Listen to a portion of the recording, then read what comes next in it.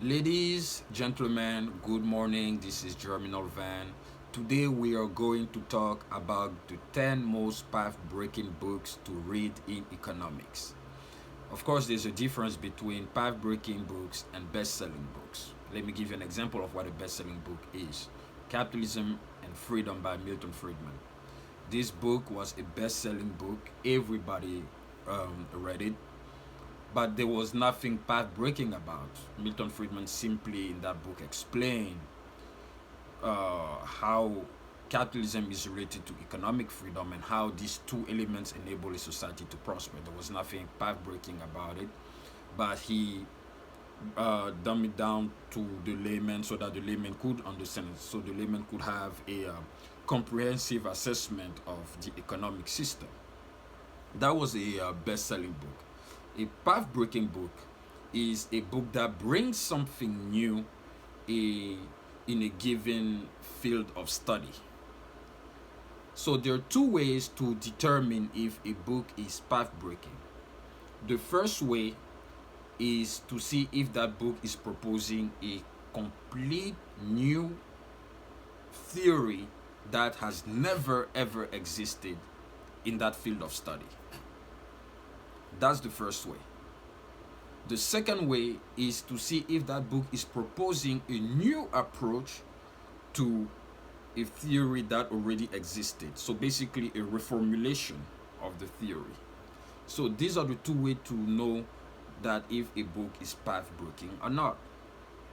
Now we're going to start the list. So this list contains not just books on the free market, because it will be intellectually unfair and dishonest of me to simply select books that I ideologically agree with. It is not sane, and it's a huge dishonesty for it's a huge disservice, I should say, to those who are truly interested in economics and really want to learn the subject, because it's not just about a ideological fight, but it's also about learning an academic discipline. So this list contains books that advocate for the free market, but also books that advocate for Keynesian economics, because both ideologies have made significant contributions to the field of economics. So here we go. The 10th book, or should I say the number 10 on the list, is A Monetary History of the United States by Milton Friedman and Ann Schwartz. This book is path-breaking because Milton Friedman challenged the status quo. It was widely believed that the Great Depression was created by the failure of the free market, by failure of capitalism, and etc. That's why we always taught kids in history classes. And Milton Friedman, through his research and empirical data, was able to demonstrate in his 888-page book that, in fact, what created the Great Depression was not a failure of capitalism, it was a failure of the banking system through the nonchalance of the Federal Reserve. So the governors of the Federal Reserve were not able to agree on which policy to implement in order to stop the bank panic. And that's what led to the Great Depression. And today, even those who continue to believe that capitalism is responsible for the Great Depression, when you tell them that no, it was actually the Federal Reserve, they do not argue that, because they know deep down that it was the Federal Reserve that triggered the Great Depression. So this book is absolutely path-breaking, and I highly recommend those who are interested in monetary policy to go grab that book on Amazon. Number 9, A Theory of Money and Credit by Ludwig von Mises. This book is path-breaking because Mises wrote that book at a time where no one thought about the business cycle. So Mises in that book used the regression theorem to explain the origins of money and to defend the fact that commodity-based money are a more effective tool to control inflation and to constrain the power of government to overspend and to overborrow. So he wrote that book in 1912, and at that time there was no economist who had that deep thought about how the business cycle operates. On top of that, Mrs. argued that the expansion of credit is, in fact, the one that creates recessions within an economy. So this book is absolutely path-breaking because it completely changed forever the way we understand money and the way we understand the operations and structure of credits. So this is also a book that I highly suggest and recommend, which is on Amazon too. Number 8, Capital in the 21st Century by Thomas Piketty. Thomas Piketty is a French socialist economist that I vehemently disagree with, but I respect the work he has done. This book is path-breaking because Piketty, in fact, extended on the work of Marx when it comes to the structure and the conception of capital. What he did in that book is that he explained how capital is distributed in this 21st century, because we live in a century now that with technological progress, the way capital used to operate in the 19th century has changed. So Piketty explained how the distribution of capital in the developed countries create income inequalities in those countries, and how it also impacts underdeveloped countries. So this book is absolutely groundbreaking, although I vehemently disagree, especially with the solutions that he proposed in that book. I must say, I must be intellectually fair and say that his analysis was one of the best analysis ever made in economics when it comes to income inequality. Number 7, Human Action by Ludwig von Mises. In this book, this is the magnum opus of Mises, and in this book he developed what we call praxeology. So praxeology is a methodology of economic analysis in the Austrian School of Economics. So many Austrian economists at the Mises Institute use that to make their analysis on any economic or social issue. And Mises basically explains that it is through the human action. So since the human action is a purposeful action, based on its action, which we know that it is purposeful, we can already deduct what led that person toward that action. So for instance, Mises said that the fact that of restraining or refraining yourself from doing something is still an action. Or let's say you're in a conference and people asking you for your opinion, and you don't give your opinion because maybe you're afraid that you may sound stupid if you talk. That's still an action. It's a purposeful action. So the inaction is still an action. So Mrs. explained that through the axioms, which is the assumption that is true, we can logically deduct what led the actions of the person to go toward that end. So praxeology deals mainly with the means that lead toward the end, and we assume in praxeology that the end is always true. So this book is path-breaking because it challenged the scientific method used in economics, generally speaking, and the Austrians argue that this method, can be used to determine economic analysis. We don't need data. But personally, I don't necessarily agree with that. Nonetheless, this methodology is path-breaking in the field of economics, and it remains more than ever relevant. Number 6, The Calculus of Consent by James McGill Buchanan and Gordon Tullock. This book is path-breaking simply because it created a new branch in economics, which is called public choice theory. So public choice theory is simply the use of economic thinking into political activity. So you use economic thinking to understand the political system. So it is basically, as Buchanan said it himself, it's politics without romance. So he brought basically a scientific approach to the way we understand politics, because usually we romanticize politics. We think about that person that will come and save the lives of others if he's voted, and if he's in office, he will pass legislations that will improve the lives of people. And Buchanan and Tullock said in that book that this is not true. The politician is like an entrepreneur, like a typical entrepreneur in the private sector. The politician is an entrepreneur in the public sector who use the political process to create his own personal wealth. So he says, guys, do not kid yourself, do not fool yourself. Those guys are not here. Those guys are here for the self-interest, like you are for your self-interest in the private sector. So do not think that those guys are here to save your life. So it is a path-breaking book because it completely changed the way we understand political activities in society. So it is also a book that I highly recommend. It is also on Amazon and other retail online stores.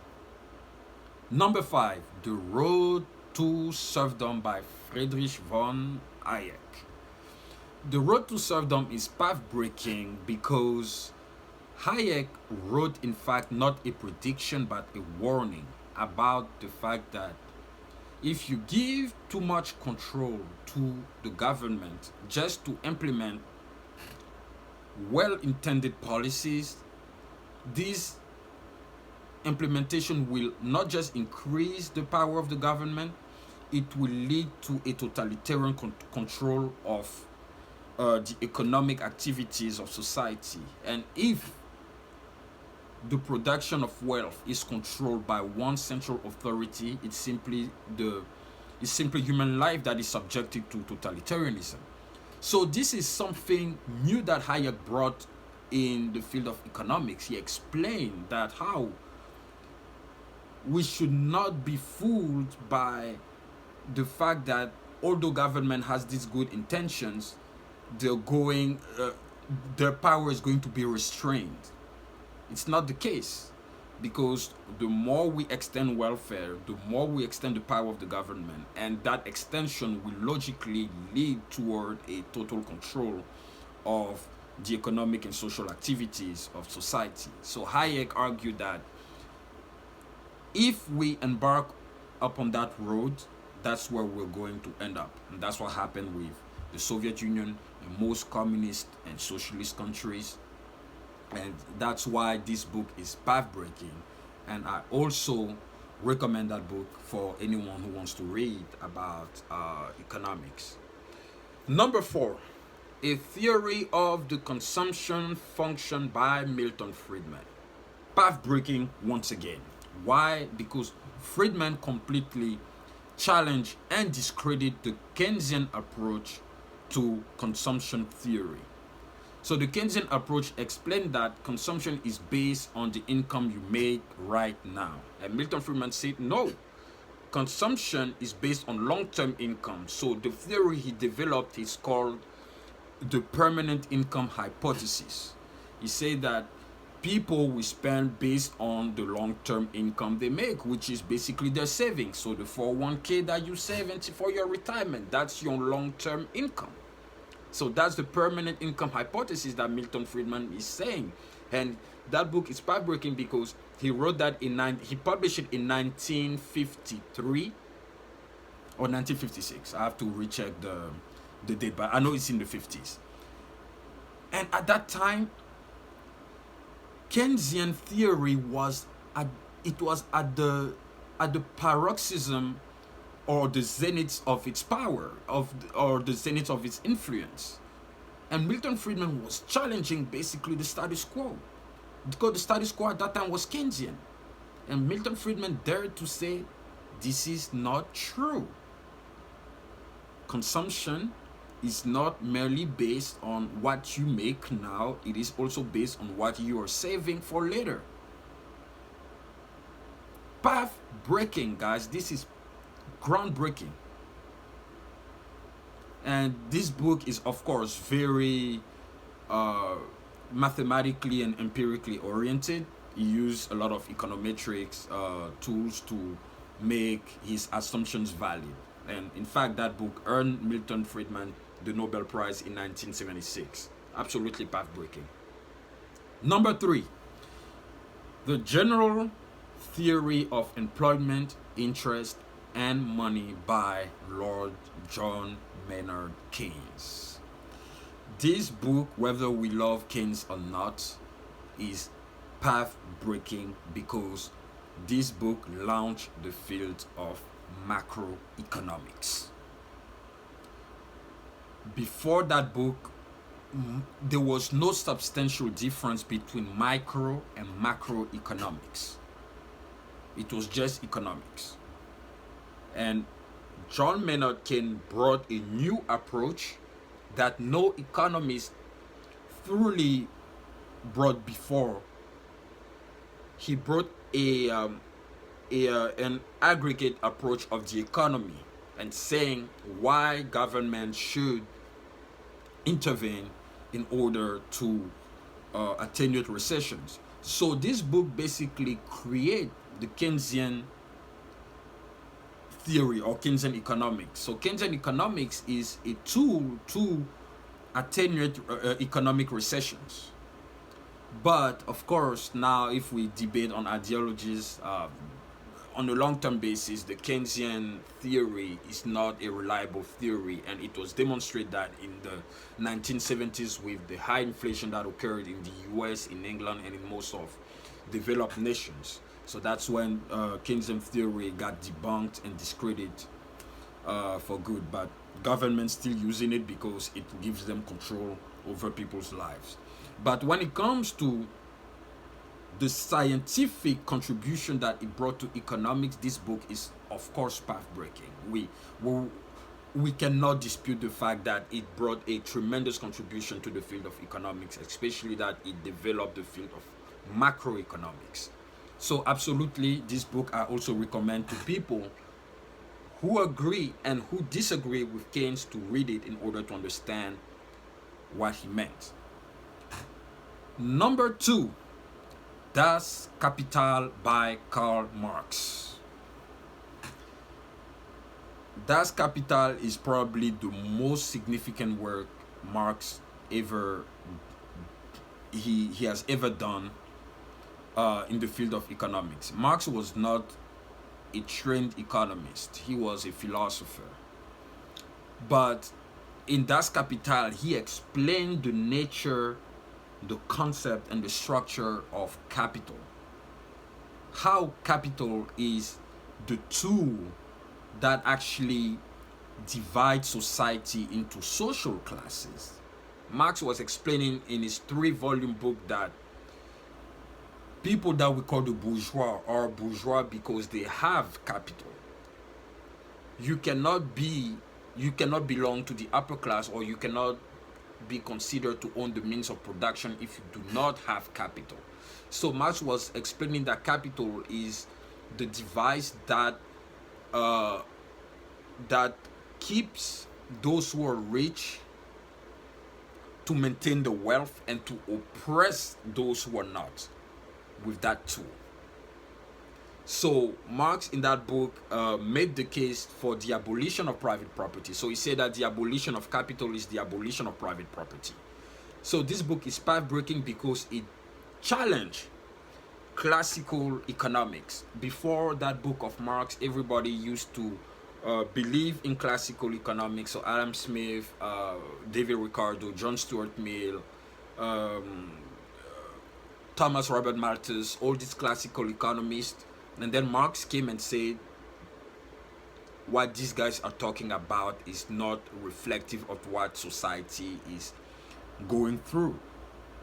So this book is path-breaking because it completely opened a new door in economics, which is called Marxian economics. And up to today, Marxian economics is relevant and is still practiced by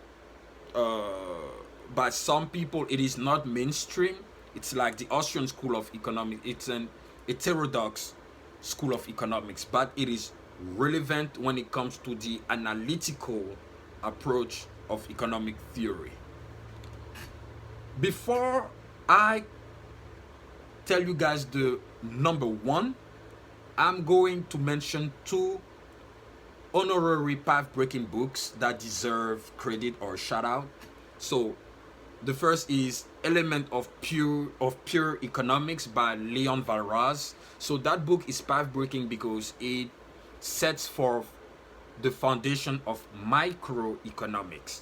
So Leon Valraz was a French economist who created an equation that says that the excess of demand should equal the excess of supply. So Leon Valraz, in fact, generated general equilibrium theory. No one created that before Leon Valraz. So that book is path-breaking, and up to today, it is relevant because it has been proved by Vernon Smith that indeed supply and demand reach an equilibrium at some point in the market. There is also another book called Principles of Economics by Karl Menger. Karl Menger was the founder of the Austrian School of Economics. This book he wrote is path-breaking because he established here the foundations of marginal utility and the law of diminishing returns. So what makes utility so relevant in economics? So Menger, maybe without necessarily knowing, set forth the first foundation or the first bricks of praxeology, the method that Austrians use to assess their assumptions. So this book is path-breaking, and I highly recommend that to everyone else.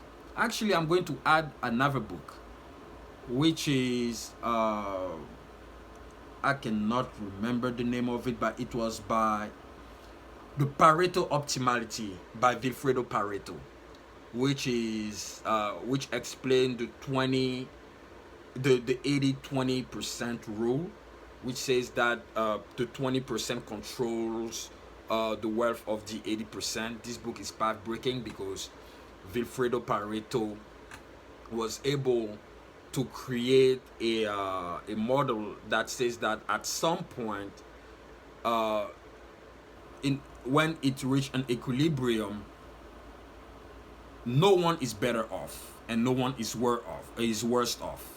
So that is the 80 and 20% rule, but it does not mean that the 20% necessarily step on the 81. It says that the 20% controls the wealth, but that wealth they control determines the equilibrium that the 80% produce. Now, number one, I am going to reveal the first book, the first path-breaking book in economics that everybody should read. But no one will be surprised. Of course, this book is An Inquiry into the Nature and Causes of the Wealth of Nations by the great Adam Smith, who was not a trained economist. He was a trained moral philosopher. It took 10 years to write that book. It was, in fact, a sum of his lectures on the wealth of nations, what create the wealth of nations. So he explained in this book what makes some nations rich and why others are poor. It is path-breaking because people used to believe that the wealth of a nation was based off its quantity of gold.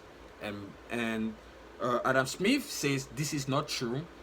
What creates the wealth of a nation is the national income of that nation.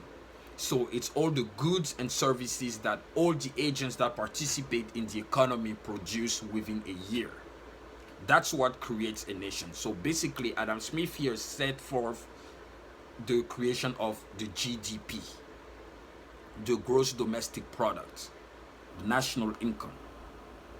So it is path-breaking. He explained the division of labor, how the division of labor enables the efficiency, the labor productivity, and how labor productivity enables the efficient output and production. So this book it's a 1,000-page book. It is huge, but it's a must read for anybody. You cannot pretend to do economics if you have not read The Wealth of Nations. This book is absolutely groundbreaking. It is path breaking. It is all kind of breaking, we can say. But yeah, this book in fact created economics as a science. It was the first book to address economic issues or economic inquiries from a scientific approach. That is why The Wealth of Nations remains up to today the greatest book ever written in economics. Ladies and gentlemen, that was my list of the 10 most path-breaking books in economics to read. If you have suggestions, I know some people will not agree with the list because I didn't include their favorite economists in it. But as I said, there's a difference between path-breaking and best-selling. And path-breaking books are the books that change completely and forever a field of study. And those books that I mentioned did. If you have other suggestions, if you have other path-breaking books that you believe have made such contribution, please let me know in the comments. Thank you. Have a good day.